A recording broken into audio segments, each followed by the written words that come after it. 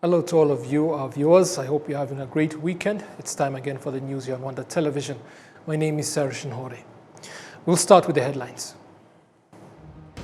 The First Lady of Rwanda has officially opened the Ntarama Genocide Memorial Museum in Bugesera district in the Eastern Province.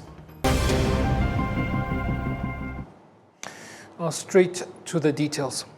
Her Excellency Jeannette Kagame has called on young people not to be influenced by misinformation that seeks to discredit Rwanda or trivialize the genocide against the Tutsi. She has also urged them to reject divisionism if they genuinely wish to live in a prosperous and developed country.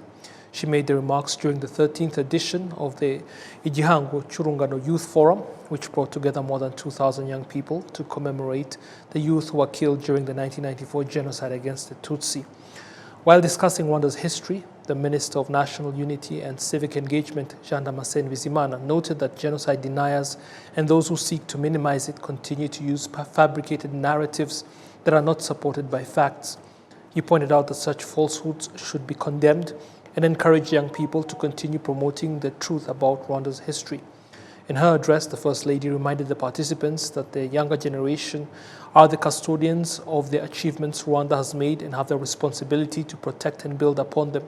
The young people who attended the forum observed that such gatherings inspire them to better understand their country's history and provide knowledge that motivates them to contribute to Rwanda's continued development. The forum is intended to facilitate the transmission of historical knowledge and values between older and younger generations, ensuring that the lessons of the past are preserved and passed on. Now, young people born after the 1994 genocide against the Tutsi say that having a good country has given them the opportunity to live well and heal from trauma. They made the remarks during a discussion on the nature of hate speech and genocide ideology in Rwanda and the surrounding region, held as part of the Igihango Churungano Forum. Patrick Nkurunziza, a former member of the FDLR terrorist group, explained how genocidal ideologies are taught to young people within the group and to others living in the Democratic Republic of the Congo, and how he eventually rejected that ideology and returned to Rwanda. The researcher, Dr. Eric Ndushabandi, urged young people to keep Rwanda at the center of everything they do.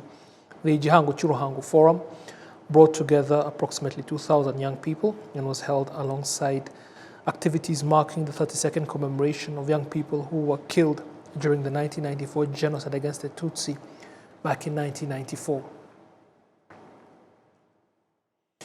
Now, as we noted in the headlines, Her Excellency Jeannette Kagame has inaugurated the Genocide Against the Tutsi Museum at the Ntarama Genocide Memorial in Bugesera district. The Ntarama Memorial has become the third memorial site in the country to host a center dedicated to the history of the genocide against the Tutsi, following the Kigali Genocide Memorial at Gisozi and the Murambi Genocide Memorial. Her Excellency Jeannette Kagame first laid a wreath and paid tribute to more than 5,000 Tutsi who were killed during the genocide and are buried at the Genocide Memorial. She then officially inaugurated the museum at the memorial and toured its various sections, which preserve the history and evidence of the genocide against the Tutsi in Rwanda, particularly in Bugesera, where anti-Tutsi persecution and genocide-related atrocities were carried out during different periods before 1994.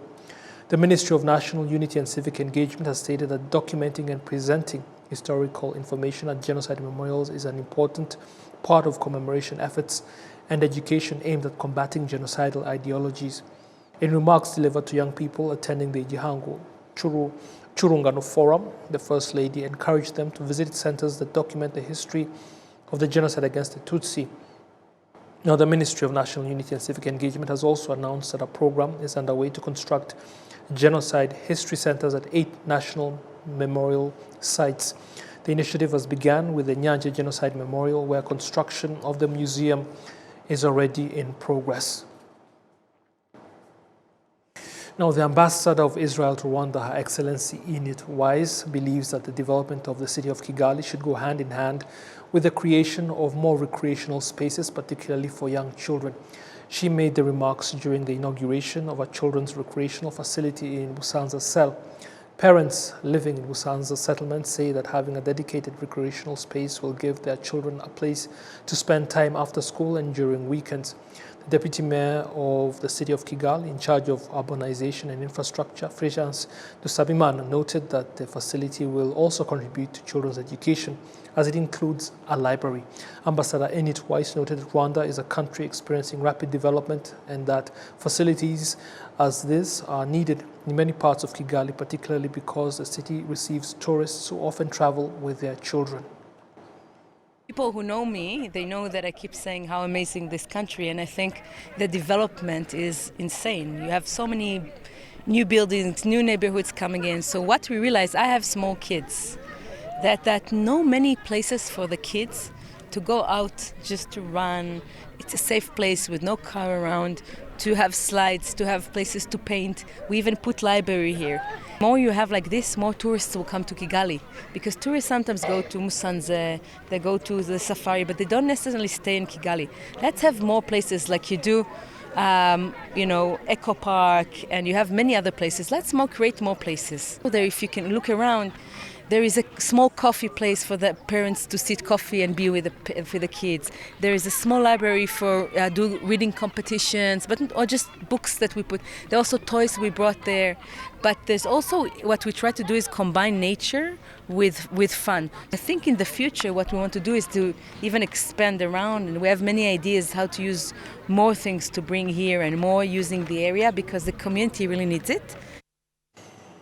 The partnership between the city of Kigali and the Embassy of Israel in Rwanda reflects a shared commitment to improving children's well-being by creating spaces that combine education and recreation, thereby providing an environment that supports children's healthy growth and development.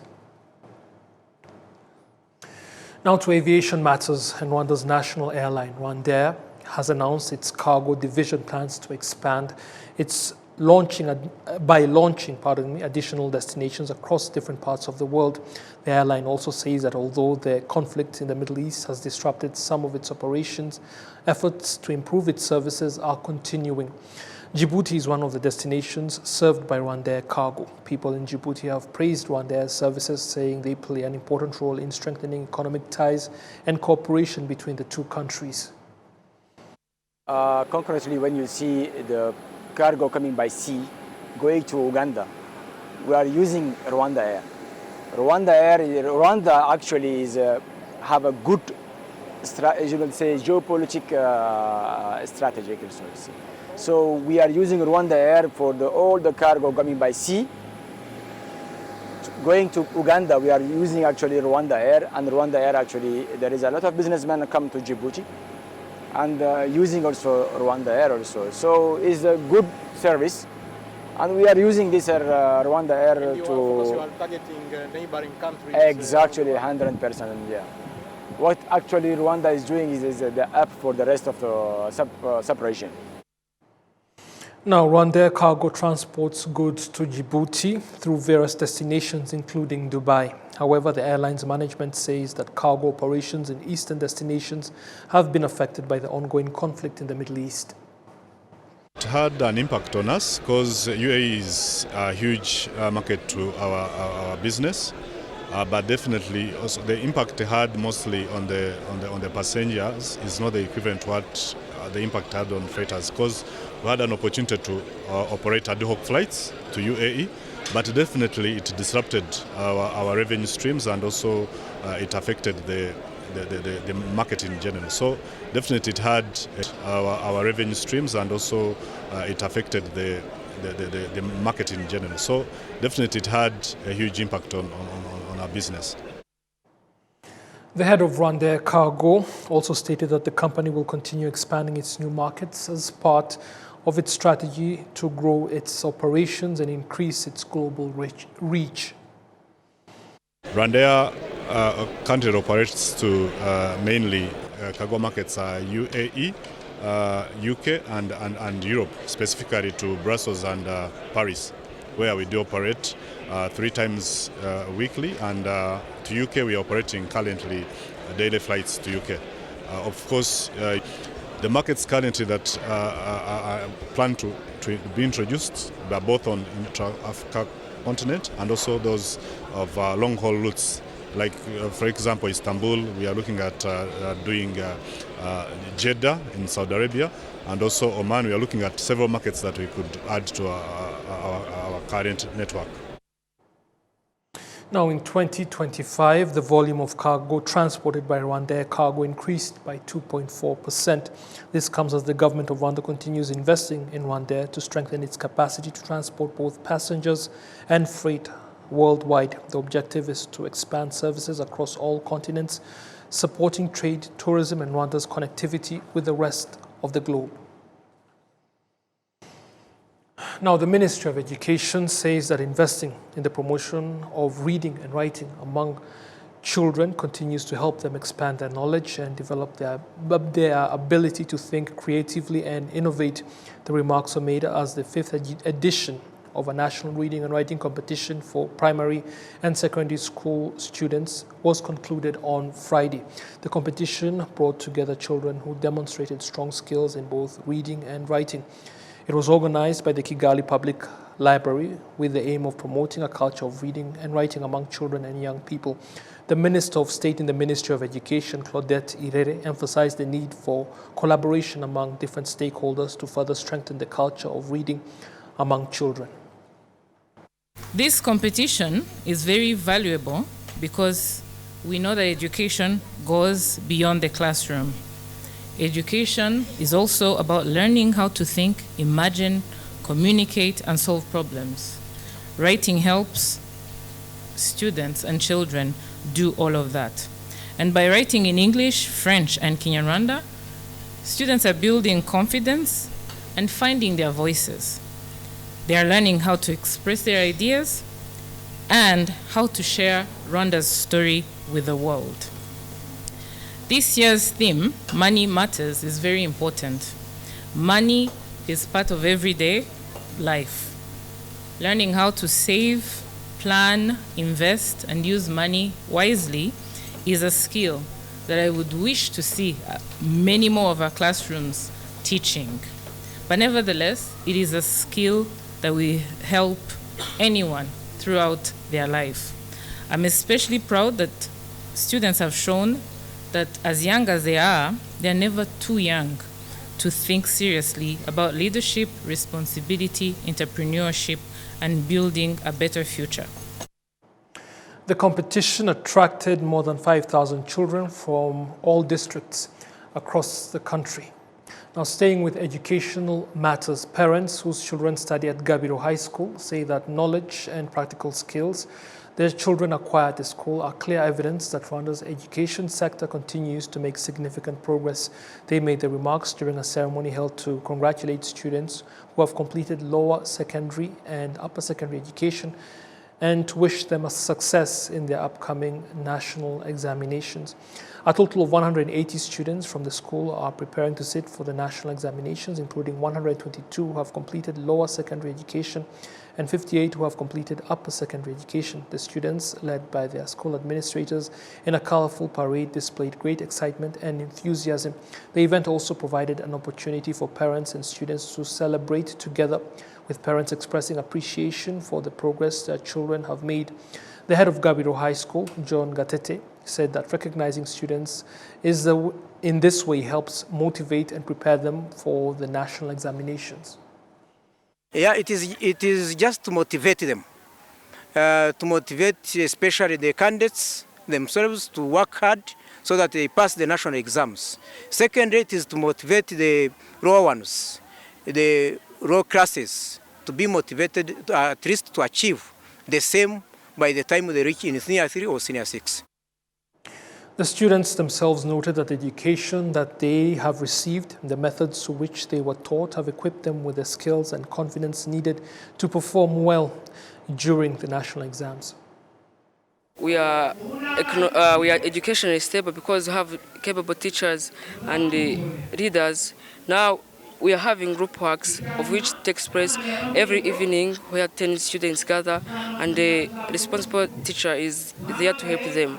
So far, we also have exams which will take place on every Monday and every Wednesday, of which we do national exams of past years, which makes us to be ready and be used to them when we are going to do them. Thank you. Yeah, really, we are hoping to pass, so because the school administration is putting more effort, most especially they introduced the group work. They get 10 per class, and they give them a coaching, which hope that it's trying to motivate them and help them. Now, among students enrolled at the school are learners from other countries, that include Zimbabwe and Uganda. John Gatete noted that the school's distinctive educational approach is one of the main reasons many parents choose to enroll their children at Gabiro High School. Yeah, the special things that we are going to put in the next academic year, we want our science students to learn by doing. Learn by doing means where students learn in class and put in practice, where we shall put much emphasis to visit industries where students will be capable of implementing what they have learned in class, especially in industries concerned to what they learn in class. Secondly, we shall also have other special things, other special programs that we have in Gabiro High School, especially helping our students have other skills that would help them in daily life or after school. Now, founded in 2001, Gabiro High School currently has 718 students. The school's administration has called on parents to continue working closely with the institution to support and enhance their children's education.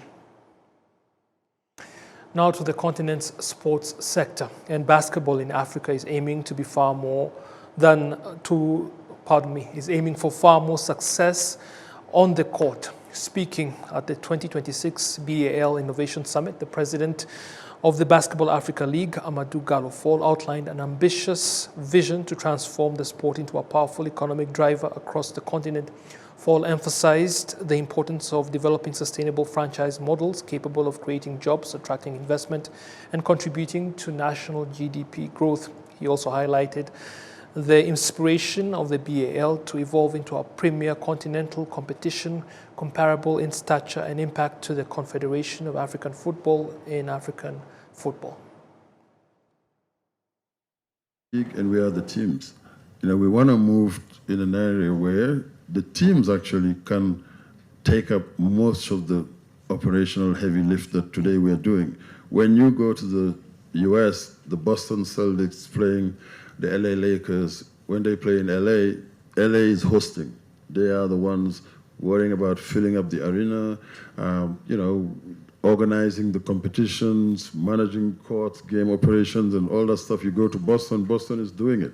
We are here as the NBA, as a league, to commercialize, on a global basis, the opportunity and then to distribute, the revenues across the franchises. That's really what we're looking forward to, getting to the point where you are scaling what we do maybe 3 times in span of a week or 2 during the course of the season to now to do it over a longer period of time.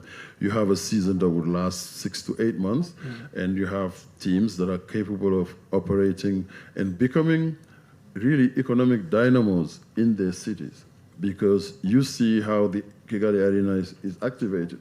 It almost becomes an economic zone with all kinds of business activities taking place. So this is what we see in all the cities that we've operated throughout our caravan model. So now getting into the franchise phase is going to scale that in multiple cities. So this is why it's important to have owners that are committed to really operating businesses in these communities.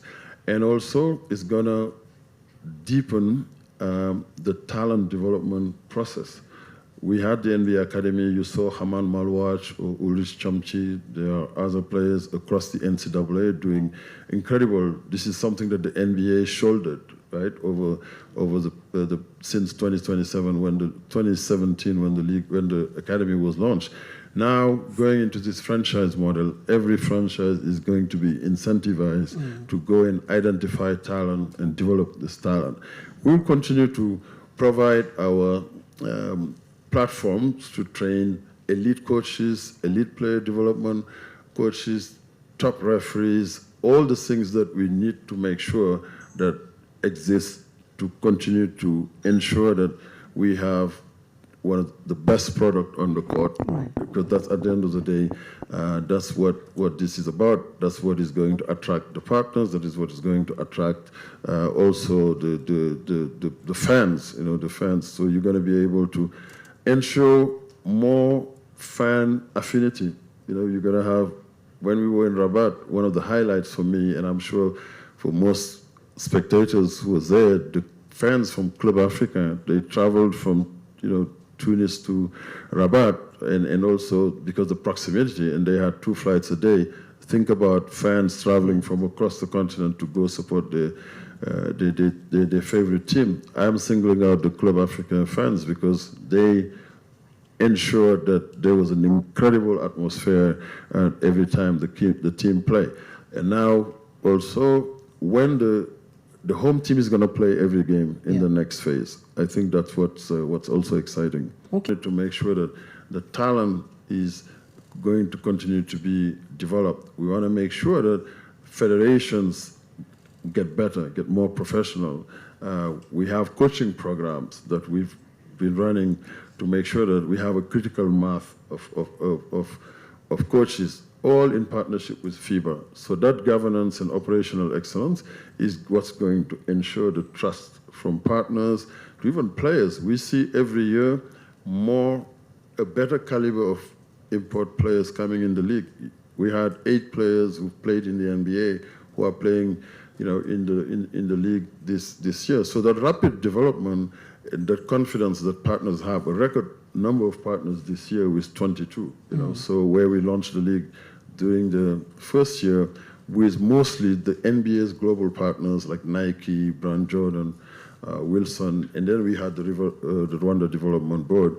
By really the main, when I say local, I mean obviously now it's a global brand, but they believed in what we were selling at the time before we even bounce a basketball. So that operational excellence and governance sets the tone.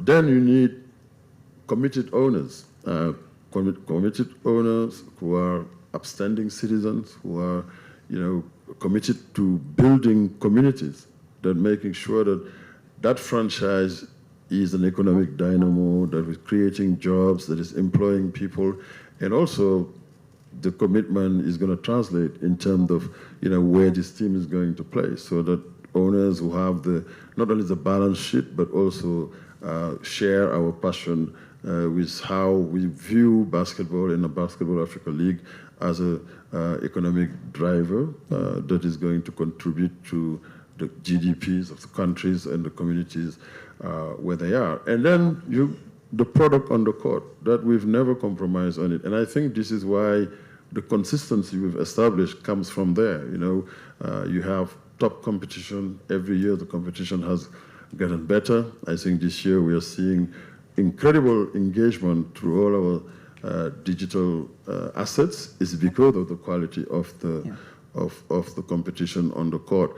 And in Africa, we understand that sports and entertainment go together. And as Pascal was noting here, we've gone way past. From the beginning, we set our sight on establishing a sports business that is going to be the catalyst for a robust African sports business, not just basketball. For me, I think the bigger and better football is doing, which it is doing, you see the CAF, the eyeball, it attracts from all around the world, that should have a ripple effect on us if we do our job, if we do what we do best, if we make sure that we have the right environment. This is why the governance is important, and also if we don't compromise on operation, and if we continue to find ways to identify and develop elite talent, build coaches, build referees, then yes, I think that's all these elements that we don't compromise on as a reason why in 5 or 6 years, we have the following that we have.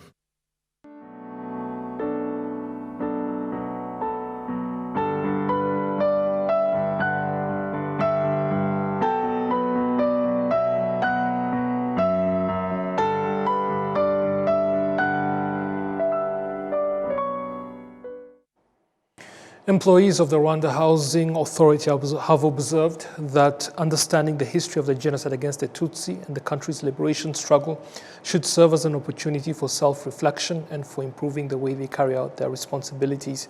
They made the remarks during an event held in Gicumbi district as part of the 32nd commemoration of the 1994 genocide against the Tutsi.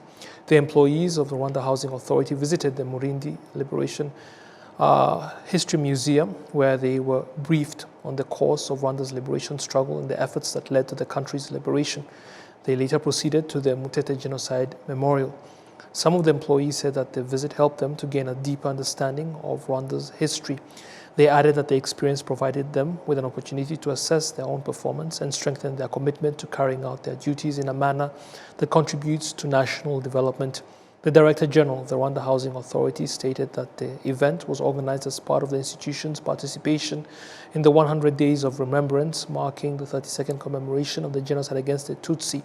He noted that learning about the country's history provides an important moment for reflection on both personal and professional responsibilities. Employees were encouraged to uphold the values of patriotism and to place citizens at the center of everything they do.